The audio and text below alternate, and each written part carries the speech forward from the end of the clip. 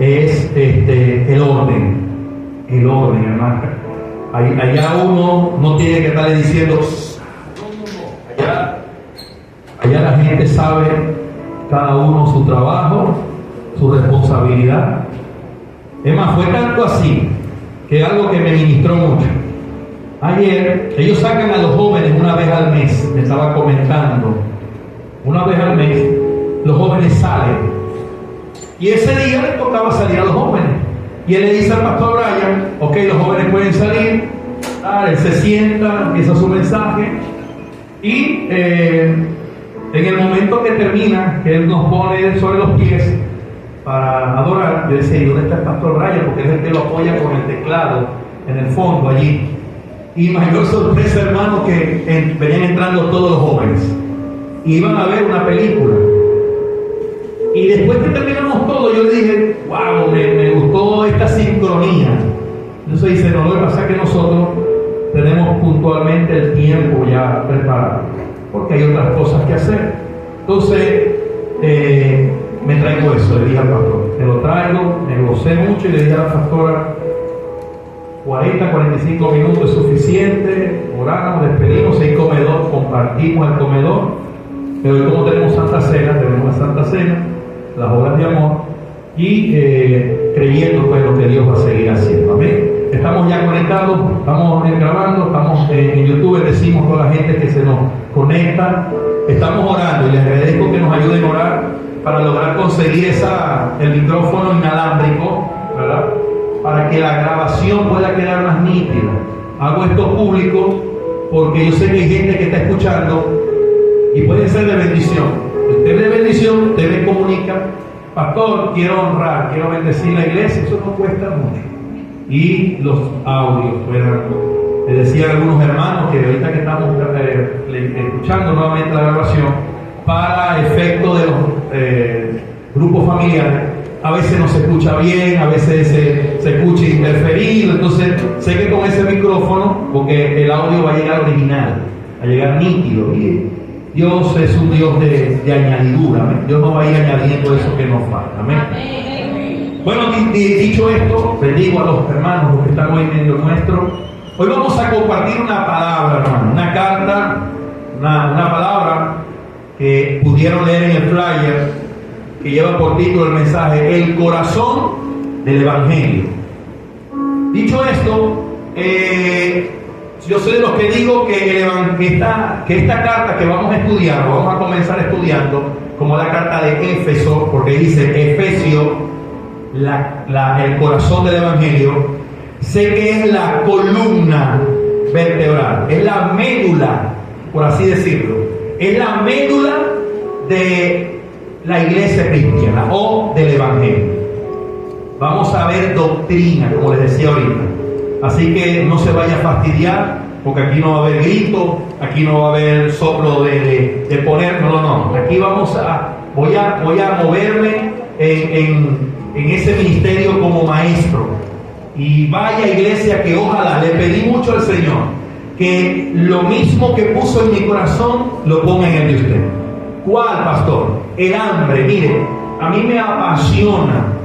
Y eso no fue que yo nací con esa pasión, yo se lo he dicho a ustedes, que a mí me ha costado. Pero cada vez que Dios escuche esa oración, porque yo se lo pido, Padre, con esa pasión de estudiar, de escudriñar. Y acá, en esta carta, wow, fue una bendición. Fíjense que esto viene cuando Filemón, porque estudiar Filemón, yo les dije que Pablo, estando preso, escribió 4 cartas, 3 cartas para la iglesia y una carta personal. ¿Se recuerda? Una fue a la iglesia de Filipo, la otra fue a la iglesia de Colosa, la otra fue a la iglesia de Éfeso, y la última fue una carta personal, que iba ¿a dónde? A Filemón. Y si bien es cierto que Dios está hablando a nuestras vidas acerca del amor, acerca del perdón, entendí algo, que si nosotros doctrinalmente no sabemos dónde estamos fundamentados, no vamos a hacer nada. O sea, como decía el Señor la semana pasada, mire, ese mensaje me hizo un rema como usted no tiene idea. La parte donde Pablo dice, y oro por ti con limpia conciencia. Y que aprendíamos que hay personas que tienen conciencia muerta. Entonces entendí, yo dije, ahora entiendo, porque hay personas que uno le dice las cosas y sigue cayendo en el mismo error. ¿Por qué cae en el mismo error? Sencillo, su conciencia está muerta. Entonces, ¿qué aprendíamos la semana pasada? Que hubo un despertar en la conciencia del pastor, al igual que hubo un despertar en mi conciencia, y yo dije, esto que estoy consumiendo me está matando, me está haciendo daño. Y desperté conciencia, hice conciencia, dije, no tomo más eso que me está dañando. Y vaya que ya ha pasado tiempo, hermano, y ahí estamos. Aunque mi cumpleaños, por autorización de mi doctora personal, mi hija, mi hermana, me dijo, pastor, ¿usted puede pegar cancha? Y dije, bueno, voy a aprovechar.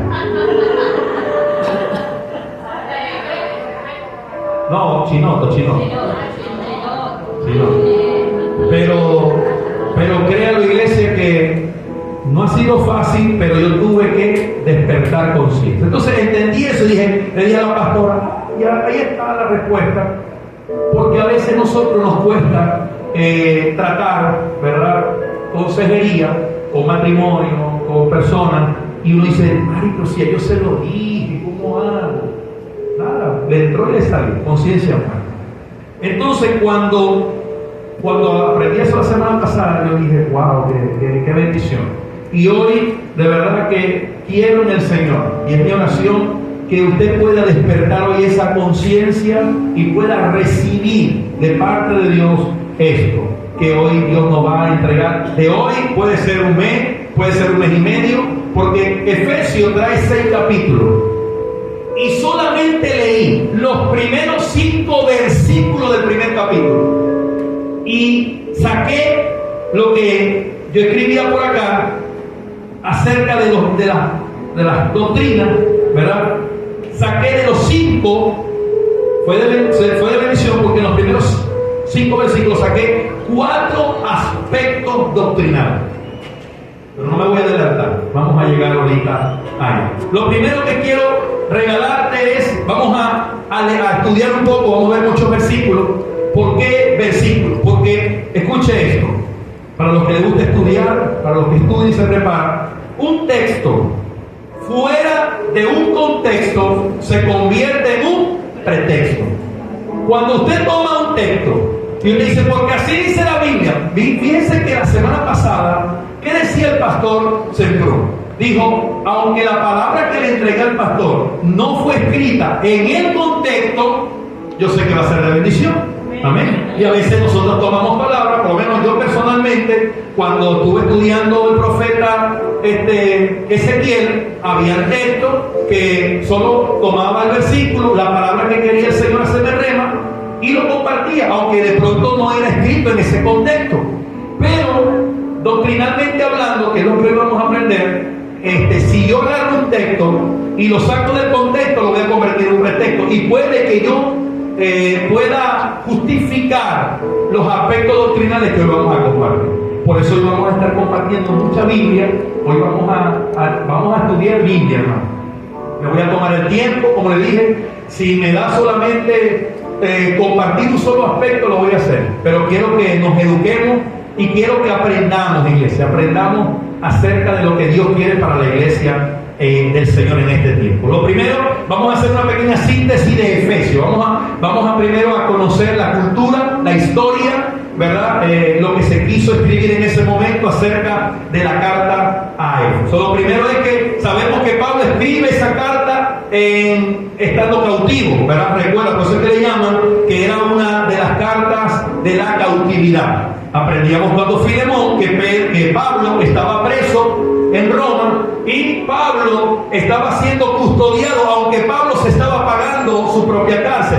Algo que quiero agregar, que no se los dije esa vez.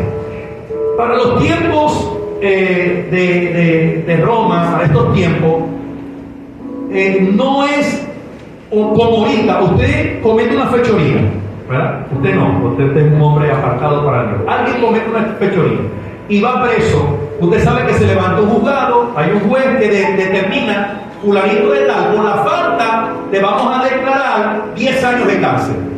5 años de cárcel y 20 años indiferentemente. Pero para los tiempos del lejano oriente no era así. Cuando una persona iba presa, o moría en la cárcel o lo mataban en la cárcel. Listo es. O sea, no voy a cumplir 10 años y después te saco. No. Por eso cuando Jesús fue a ser crucificado, había 2 ahí, aprovecharon la colada. Lo mataron. Entonces, Pablo corrió, por así decirlo, con el privilegio, la bendición, por ser ciudadano, también romano, de ser custodiado. Lo dejaron ahí. Dice la Biblia que estuvo 2 años, ¿verdad? Aproximadamente allí, en lo cual Pablo pudo escribir 4 cartas. Algo que tenemos que entender es que las cartas no fueron escritas como usted entiende, capítulo 1, verso 1, no. Carta escrita normalmente. Una carta para 3 iglesias y una carta personal para aquel hombre. Allí Pablo escribe, pero tiene que entender algo. Pablo recibía visitas. Entonces, Pablo le llegaban hermanos, le llegaban diáconos, le llegaban líderes y a pedir consejo. Y Pablo allí escuchaba. ¿Y qué hacía Pablo? Voy a escribir. Recuerden que hay 13 epístolas escritas por apóstol Pablo y el canon los estableció acá en la Biblia. Pero no fueron 13, a lo mejor ese hombre escribió muchas. Amén. Entonces ahí llegaba, pedía un consejo. ¿Y qué hacía el apóstol Pablo? Decía, bueno, vamos a decirle que hagan esto, vamos a aconsejarle esto, y la gente escribía. Entonces, ¿qué hacían las personas? Ellos llevaban las cartas. Recuerden que para ese tiempo las cartas no tenían un remitente, no eran personalizadas, eran cartas que te las escribían aquí, toman y se las vas a llevar fulanito la leía en la iglesia o donde iba a ser enviada. Ellos tomaban nota y de pronto la pasaban y la compartían en otra iglesia. Entonces Pablo, mientras estuvo preso, escribió, ¿verdad?, estas cartas. No voy a retomar el texto porque eso lo vimos cuando Filemón, que está en el libro de los Hechos, ¿verdad?, que ahí especificaba que él estaba preso, estaba siendo custodiado, pagada por él, y allí él recibía personas. Entonces, Éfeso, o la carta de Éfeso, muchos eruditos, muchos hombres estudiosos le dieron por nombre la corona de los escritos de Pablo. Algunos estudiosos le dieron ese título a esta carta, la corona de los escritos de Pablo. Otros dicen que es la epístola más profunda de los escritos de Pablo. Escuchen bien. Otros dicen que es la reina de las epístolas. Y yo, como buen hijo de Dios también, le coloqué que es el corazón del Evangelio. Ese fue el título que le pude entregar. Amén. Así que hoy, como le dije, vamos a hablar doctrinalmente. Creo que aquí vamos a ver los fundamentos de la iglesia de Cristo. Cuando usted entienda esto, hermano, yo dudo que muy fácil a ustedes lo puedan sacar de la verdad. Y me gustaba mucho porque a veces yo recibo consejo o consejería de ustedes donde me dice, pastor, ¿por qué fulanita me agarró y me fue a la Biblia y me dijo esto y me dijo aquello? Entonces ya usted va a defenderse porque es la doctrina que por lo menos venga a tu reino. Nosotros profesamos y creemos, y es la que usted tiene que defender. Amén. Porque a lo mejor doctrinalmente hablando hay otras congregaciones que de pronto crean otra cosa. Pero nosotros como iglesia, venga a tu reino, vamos a defender esto que es la doctrina que nosotros conocemos. Algo que quiero añadir a esto es que se dice que la carta a Éfeso no fue escrita a Éfeso. Algunos eruditos dicen que esta carta no fue dirigida personalmente a la iglesia de Éfeso. Se dice que fue una iglesia, que fue una carta circular.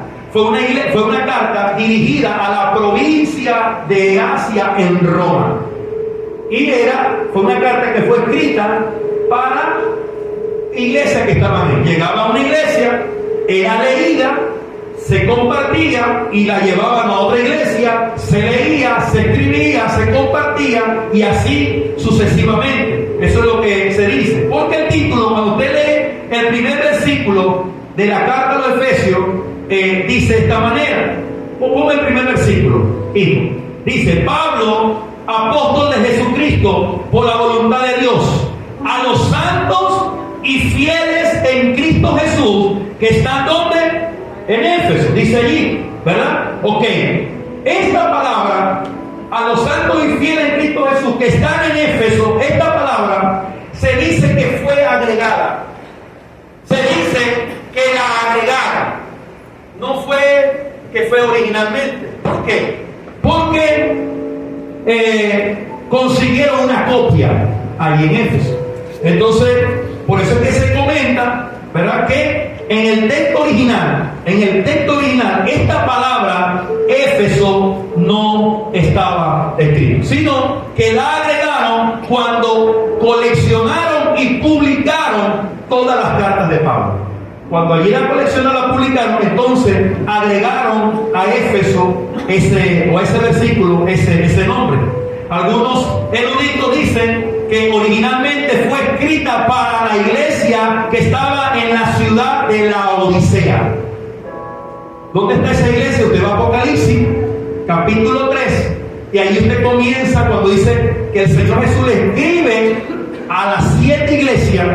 Ahí estaba esta iglesia, como era la iglesia a la Odisea. Entonces por ahí dice que fue escrita originalmente, a pesar que era una carta circular, pero fue a esa iglesia. Pero pensando en todas las iglesias, y se encontró allí una copia en Éfeso.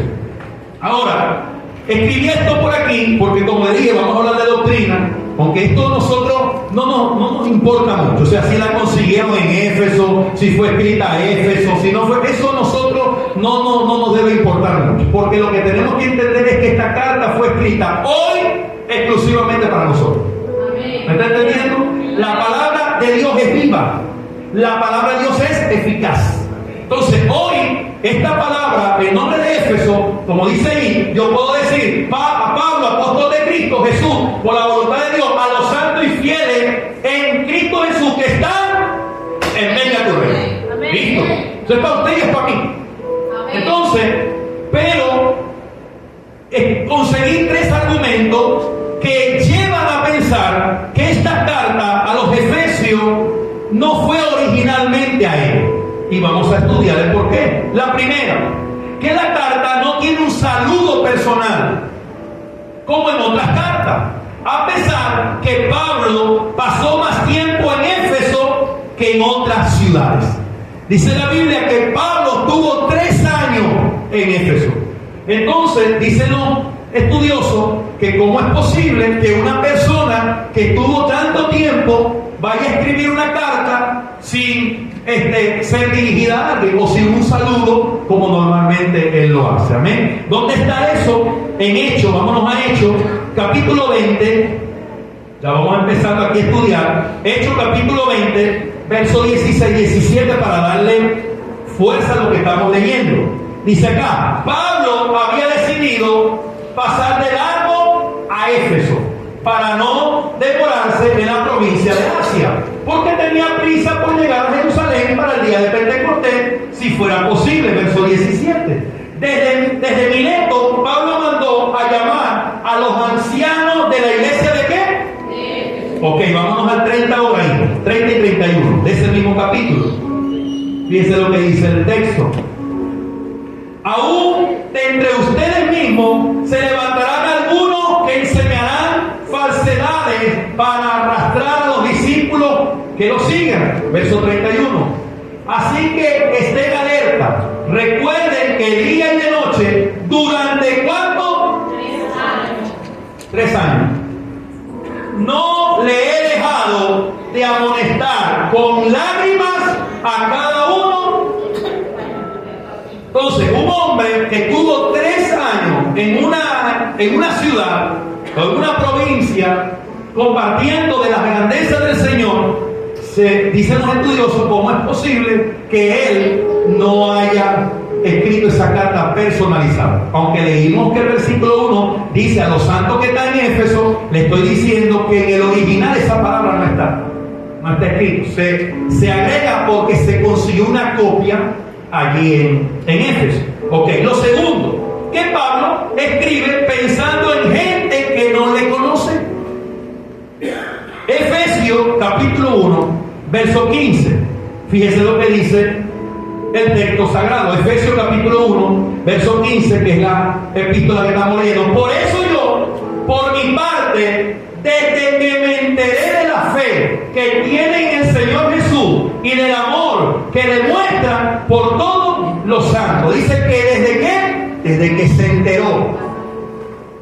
¿Y cuándo se enteró? Porque ahí llegaban personas, cuando él estaba preso, y empezaron a hablarle de esas iglesias a las cuales esa carta, dicen los estudiosos, que fue enviada. Entonces dice, Pablo le escribe a personas que no le conocen. Si lo hubiese conocido, lo hubiese exhortado personalmente. Y lo tercero, que dicen los grandes estudiosos, es que la gente cristiana en la iglesia que estaba en Éfeso, ¿verdad?, eran gentiles en su mayoría. Era gente que eran gentiles. Amén. Ok. Una pregunta. Tío, ¿me tomaste la foto? ¿Puedes tenerla allí? Sí, ok. ¿Cómo era Éfeso? Doctrinalmente hablando, históricamente hablando y culturalmente hablando. ¿Cómo era?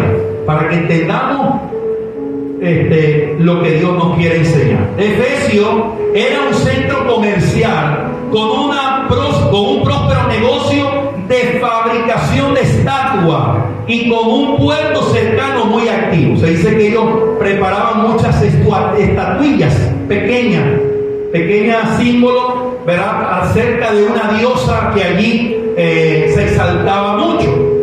En Efesio se encuentra una de las 7 maravillas. Escuche bien. En Éfeso se encontraba una de las 7 maravillas del mundo antiguo, que era el templo de Diana, entre comillas, conocida como Artemisa. Un edificio magnífico, cuya construcción dice que tardó aproximadamente 200 años para ser construido. Ahí está una foto de cómo, para que usted más o menos pueda ver cómo era el templo de esa diosa que allí en Efesio se alababa o ellos seguían. Ahí está. Mírese esa maravilla, ¿no?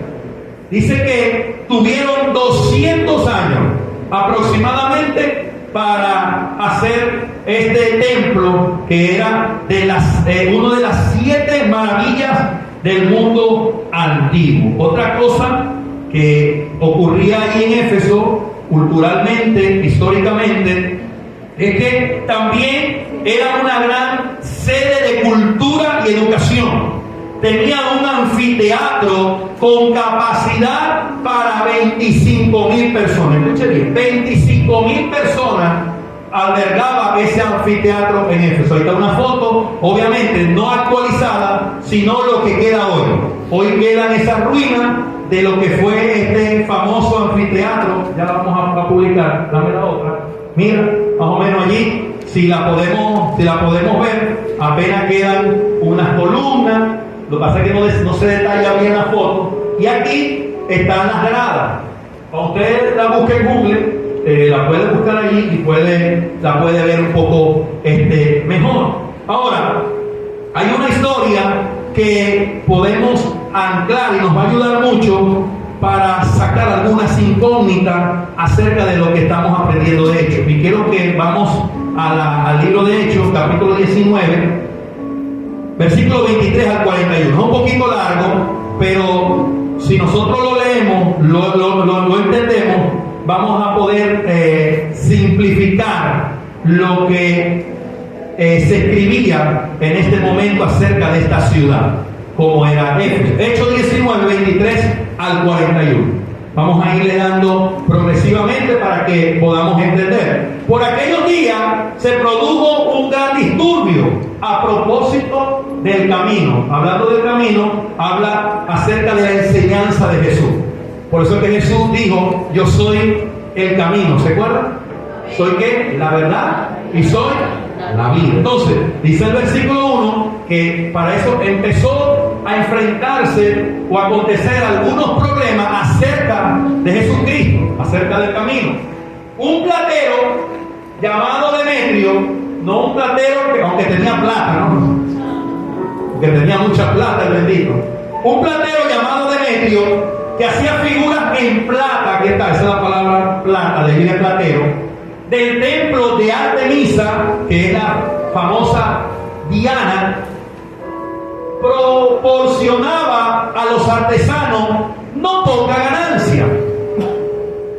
Los reunió con otros obreros del ramo y les dijo: compañeros, ustedes saben que obtenemos buenos ingresos de este oficio. ¿De cuál oficio? De vender estatuillas hechas en conmemoración a la diosa Diana. Le consta además que el tal Pablo, y aquí empieza el nombre, el tal Pablo ha logrado persuadir a mucha gente, no solo en Efesio, sino en casi toda la provincia de Asia. Él sostiene que no son dioses los que se hacen con las manos. Ahora bien, no solo hay el peligro de que se desprestigie nuestro oficio, hermano. Con este que estamos ganando, eso es lo que reunió este hombre. Estamos ganando platica, pero por ahí está un Pablo que está viniendo a echarnos, como que dice, la bativa en el negocio. Sino también de que el templo de la gran diosa Artemisa sea menospreciado y que la diosa misma, a quien adoran toda la provincia de Asia y el mundo entero, sea despojada de su divinidad o de su divina majestad. Mentira, esto es lo que no quería, era que le tumbaran el negocio. Si queréis bajar un poquito más de volumen al fondo. Al oír esto, se enfurecieron y comenzaron a gritar: grande es Artemisa de los Efesios. Decían: Diana, grande, grande. Verso 29. Eso empezaron a gritar ellos. Enseguida, toda la ciudad, ¿qué hizo? Se alborotó. La turba en masa se precipitó en el teatro. ¿En cuál teatro? En el que le acabo de nombrar. 25,000 personas ahí. Arrastrando ¿a quién? A Gallo y a Aristarco. ¿Usted sabe qué? Yo lo he dicho en otra oportunidad, voy a recordarlo. Aquí una vez me dijo, yo llegué a que la hija, ¿cómo que te llamas? ¿Viste, abuelo? No se me olvida porque los nombres. Yenide. Yanide, yo te tengo escrita como Yenide, y así te quedas. Vos sabés que yo a su esposo le llamo Gallo. Gallo, allá. Y una vez alguien estaba ahí, un hermano de Cristo, y me dijo: pastor, usted no puede llamar por sobrenombre y de verdad yo le dije: sí, tenés razón. Pero una vez estudiándonos hace rato, y me conseguí con esto y dije: lo que pasa es que yo hablo de este Gallo, de este que yo me refiero. Entonces dice acá: arrestaron a Gallo y Aristarco, compañeros de viaje de Pablo, que eran de Macedonia. Versículo 30, vamos a leer hasta el 41. Pablo quiso presentarse ante la multitud, pero los discípulos que hicieron: ni se te ocurra, Pablo, quédate allá porque te van a matar. Quédate tranquilo, son 25,000 personas que están gritando allá: grande Diana, Artemisa, Dios, te van a matar. No se lo impidieron. Verso 31 dice: incluso algunas autoridades de la provincia que eran amigos de Pablo, recuerden que él era también ciudadano romano, y ahí le dijeron: quédate tranquilo, papá, para que no te vas a meter problemas. Le enviaron un recado rogándole que no se arriesgara a entrar en el teatro. Quédate tranquilo, te veis más bonito por fuera. Verso 32. Había confusión en la asamblea. Cada uno gritaba una cosa distinta y la mayoría ni siquiera sabía para qué. Miren, ¿sabe que hay muchas personas ahorita que no saben para qué la están reuniendo en la calle? Hay gente que están ahí protestando y no saben. Bueno, yo vine porque el chamo me invitó, el pana me invitó. No, yo vine porque me están pagando tanto y Dios sabe, voy a resolver. Hay que tener mucho cuidado con eso. Verso 33 dice: los judíos empujaron a un tal Alejandro hacia adelante, y algunos de entre la multitud lo sacaron para que tomara la palabra. él agitó la mano para pedir silencio y presentar su defensa ante el pueblo. Dame chance, decía, vamos a hablar. Pero cuando se dieron cuenta de que era judío el que iba a hablar, todos se pusieron a gritar al unísono como por 2 horas: grande es Artemisa de los Efesios. O sea, no lo dejaron hablar. La gente empezó 2 horas y la gente, déjeme hablar. No dejaron que el hombre hablara. Verso 35. El secretario del Consejo Municipal logró calmar a la multitud y dijo: ciudadanos de Efeso, ¿acaso no sabe todo el mundo que la ciudad de Efeso es guardiana del templo de la gran Artemisa y de sus estatuas bajadas del cielo? O sea, este negocio está bueno. O sea, ¿no lo saben ustedes? Ella es nuestra diosa, a ella es la que veneramos. Verso 36. Ya que estos hechos son innegables, es preciso que ustedes se calmen y no hagan nada precipitadamente. Verso 37. Ustedes han traído a estos hombres, aunque ellos no han cometido ningún sacrilegio ni han blasfemado contra nuestra diosa. Así que si Demetrio y sus compañeros de oficio tienen alguna queja contra alguien, para eso hay tribunales y gobernadores. Vayan y presenten allí sus acusaciones uno contra otro. El que tenga oído para oír, que oiga. Y esto fue escrito hace mucho rato, yo no lo escribí yo ayer. Si tienen alguna otra demanda, que se resuelva en legítima asamblea. Y cierra: tal y como están las cosas con los sucesos de hoy, corremos el riesgo de que nos acusen de causar disturbios, porque ellos estaban bajo el Imperio Romano. ¿Qué razón podríamos dar de este alboroto si no hay ninguna? Y el versículo 41. Dicho esto, ¿qué pasó? ¿Qué? Entonces, ya compartiendo esto, ya entendemos, ¿verdad? Comprendemos que se manejaba en Efesio o en Éfeso, tanto históricamente, culturalmente, todo eso ahí lo pudimos simplificar, lo que esta gente hacía. Ahora vamos a estudiar la base de nuestra doctrina cristiana, porque Pablo toma todas estas enseñanzas de Jesús y la plasma en una sola carta y le dijo: señores, en esto creemos y en esto no creemos. Eso fue lo que hizo Pablo. Pablo dijo: ok, Señor, todo lo que aprendí yo de Jesús, todo lo que aprendí yo del Maestro, aquí está la base. En esto vamos a creer y en esto no vamos a creer. Ahora, Efesios capítulo 1 al 5, vamos a darle la primera lectura. Y aquí vamos a estudiar 4 aspectos doctrinales, como son la predestinación, el plan eterno de Dios, la adopción y la justificación. 4 aspectos doctrinales de la iglesia cristiana de nosotros. Es la médula, es el principio en lo que usted y yo debemos de creer. Predestinación, el plan eterno de Dios, la adopción y la santificación. Por eso les digo ahorita, vamos ahora a leer el versículo 1 al 5. Voy a sacar muchos textos porque les recuerdo, no podemos sacar un texto del contexto, porque la Biblia, iglesia, la Biblia entre ella se interpreta, ella a sí misma. Ella misma, cuando usted verdaderamente lee, quiere estudiar la palabra de Dios, ella misma se interpreta por sí sola. Amén. Entonces, vamos a leer los primeros 5 versos.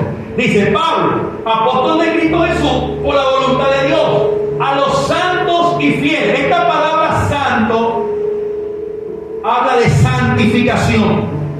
Lo vamos a estudiar ahorita. Entonces, aquí vamos a ver santificación, como se lo digo ahorita, y fieles en Cristo Jesús que están en Éfeso. Esta palabra de Éfeso le dije que fue agregada porque en el original no existe. Verso 2. que Dios nuestro Padre y el Señor Jesucristo le concedan gracia y paz. Verso 3. Alabado sea Dios, Padre de nuestro Señor Jesucristo, que nos ha bendecido en las regiones celestiales con toda bendición espiritual en Cristo. Y aquí en el verso 4 comienza a hablar acerca de los 4 puntos doctrinales que vamos a hablar, que vamos a resaltar. Dios nos escogió en Él antes de la creación, plan eterno de Dios. Ahí está. ¿Para qué, iglesia? Para que seamos santificados. Santificación. Y sin mancha delante de Él. ¿En qué? En amor. Verso 5. Nos predestinó. Eso es lo que vamos a estudiar ahorita primero. La primera parte, la predestinación. Nos predestinó para hacer ¿qué? Adopción. Vamos a estudiarlo también. Como hijo suyo por medio de Jesucristo, según el buen propósito de ¿qué? Ok, ahora note ahí. Predestinación.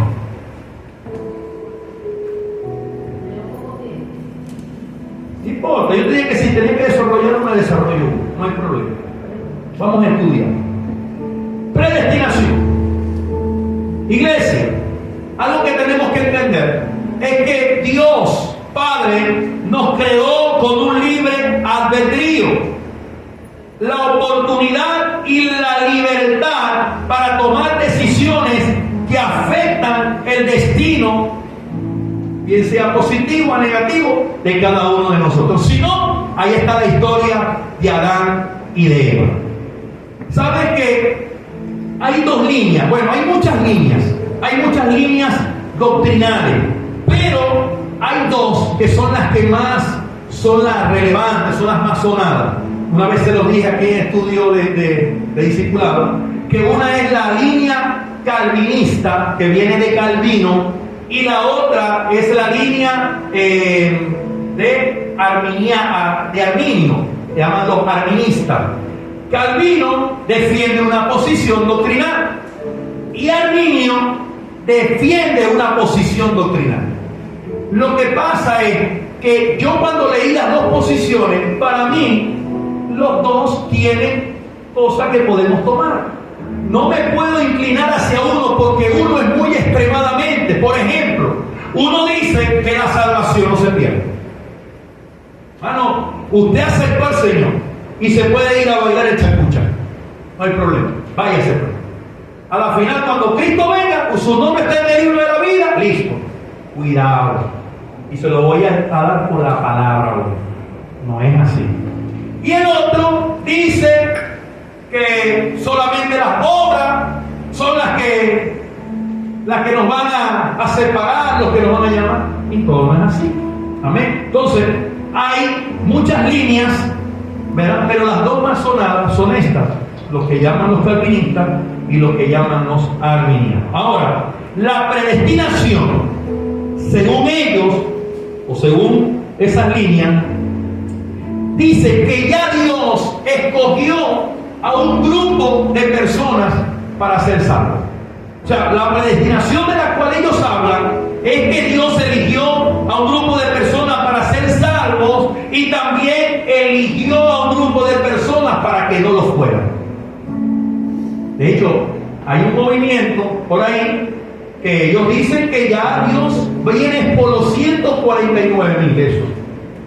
Pregunto yo, y le dije una vez a ellos, ¿y cómo te garantiza que tu nombre está ahí? Que tú estás en la colada de los 149,000. ¿Está entendiendo? Ok. Hay líneas que te dicen, no, hermano, ya Dios creó, ya Dios a anticipación ya predestinó a los que van a ser salvos. Y ya él dijo, si ese no quiere venir para acá es porque ya Dios lo predestinó a la muerte. ¿Sí?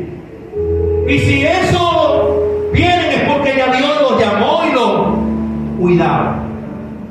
¿Por qué, iglesia?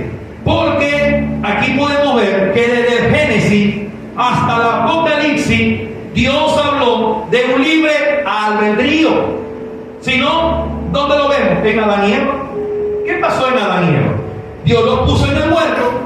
Si Dios lo hubiese predestinado, ¿usted cree que Dios le hubiese dicho de ese árbol no vas a comer? Cuidado con ese, no lo pone ahí, o lo pone.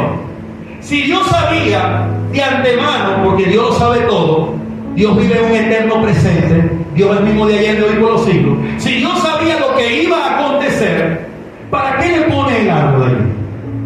¿Qué hizo el Señor poniendo el árbol? Le dio un libre albedrío. Hermano, Dios a ti y a mí nos ha dado ese libro. Nosotros podemos escoger qué hacer o qué no hacer.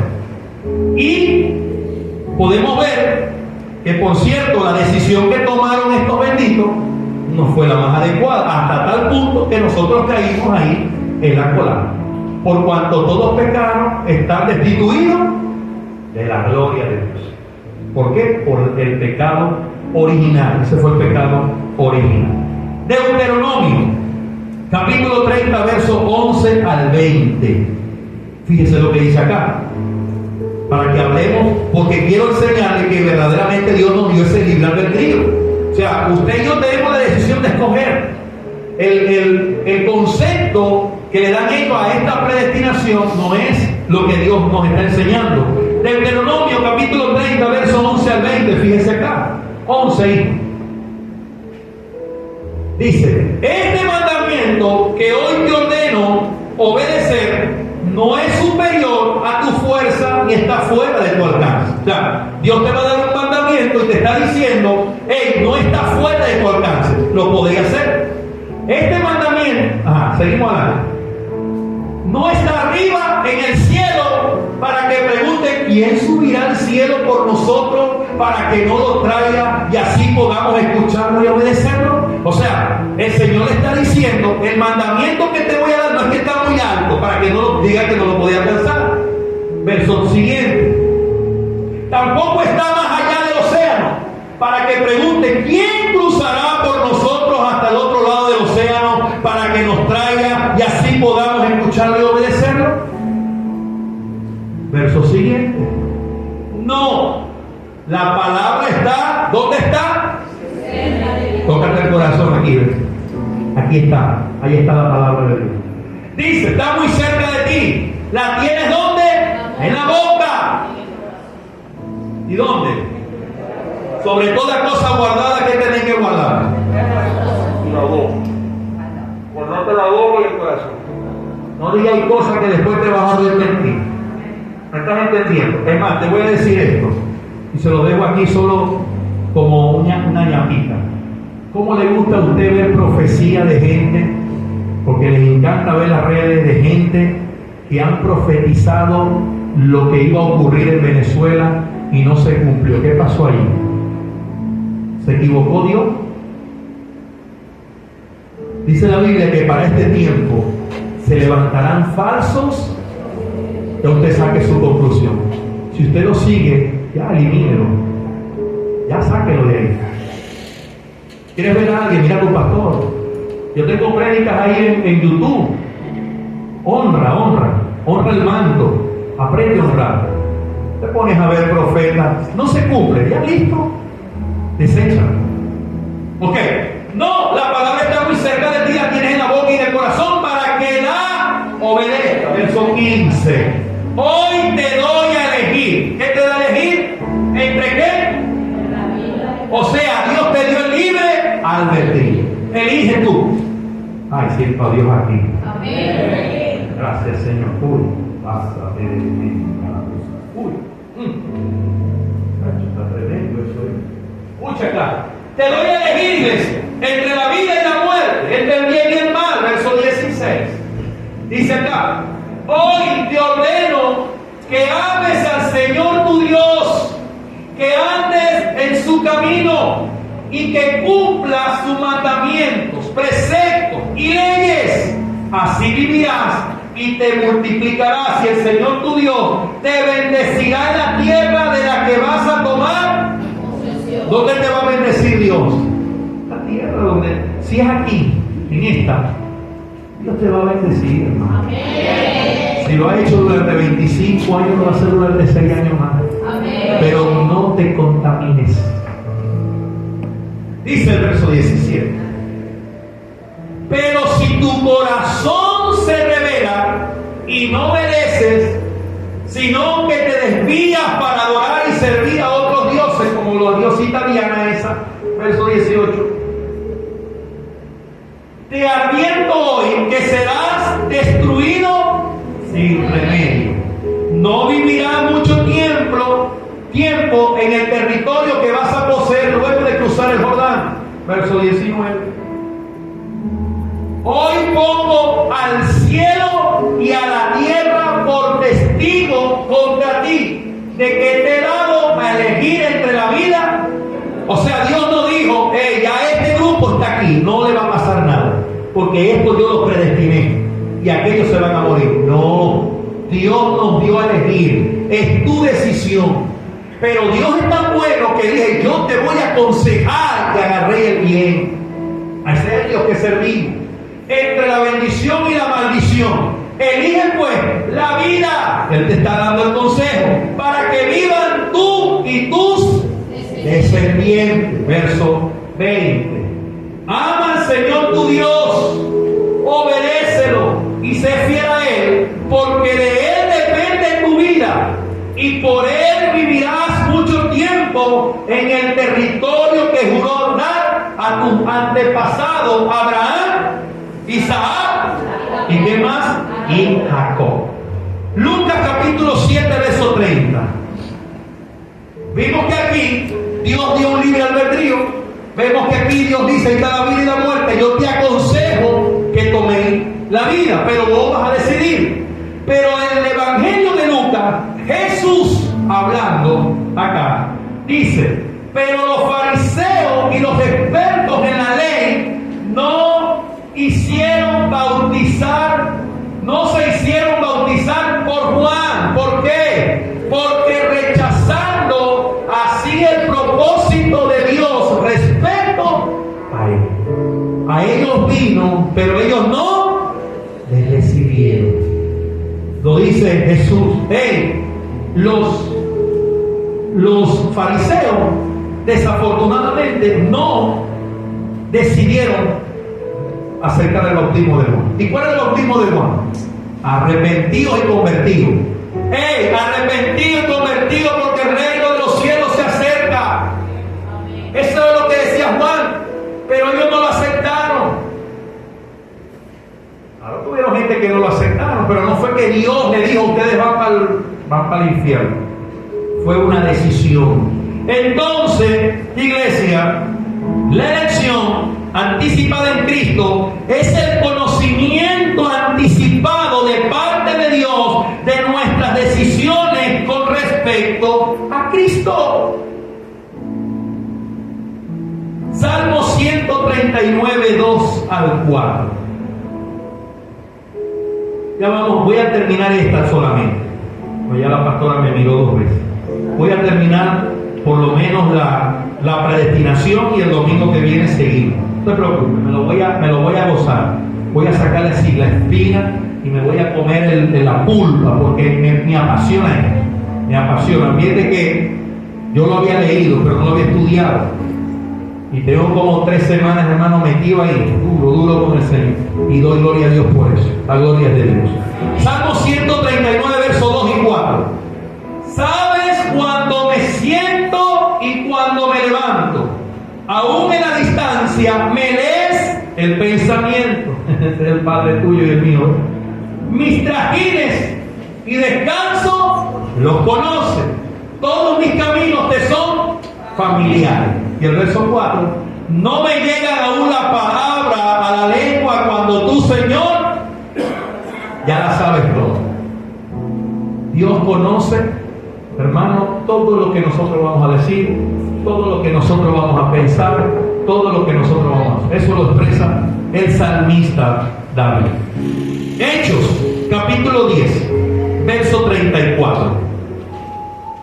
Hechos, capítulo 10, verso 34. Hoy se va a perfeccionar Dieguito ahí con las teclas. Pedro tomó la palabra y dijo, ¿qué dijo Pedro? Escuche bien. Ahora comprendo que en realidad para Dios no hay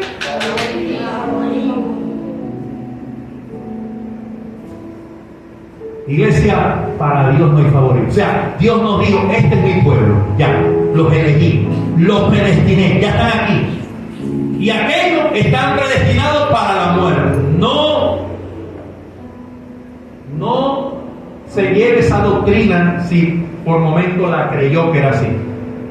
Porque Pedro dice, ¡ay, ahora entiendo que Dios no tiene favorito! ¿Y a quién se le estaba presentando ahí cuando se le reveló aquel sueño para que fuera a la casa de aquel romano y le dijera, vaya, porque mi instrumento ha sido ese hombre? Y él le dijo, no llames inmundo lo que ya yo he santificado. Amén. Y Juan 3:16, hermano, esta es, dicen que es la cápsula del Evangelio. Juan 3:16. Este es un texto, hermano, que lo aprendemos, lo sabemos, lo meditamos, lo tenemos como muletilla. Pero aquí dice que este Juan 3:16 fue la médula de todo el Evangelio. Porque tanto amó Dios al mundo que dio a su Hijo unigénito para que ¿quién? Para que ¿quién? Esta palabra todo en el griego, en el original, ¿saben lo que significa? Todo. O sea, todo es todo. No, pastor, lo que pasa es que él no a todo, no todo el mundo, es a algunos. No, porque de tal manera amó Dios al mundo que dio a su Hijo unigénito para que todo el que cree en él, que pase, no se pierda, sino que tenga. Todo es todo, decía el que tenía nada. Así que aquí vemos que la vida es una toma de decisiones constante, iglesia. La vida es una toma de decisiones constante. Siempre tendremos que decidir y hacernos y a veces tomaremos algunas decisiones buenas, como en otras veces tomaremos decisiones no tan buenas. Pero para eso siempre va a estar Dios. Póngase sobre sus pies. Gracias te damos, papá. Gracias te doy, Señor. La gloria, la honra, la alabanza es tuya. Gracias, Padre, porque escondiste esto, Padre amado, para que hoy como iglesia, hoy como tus hijos, como la iglesia universal de Cristo, pudiéramos entender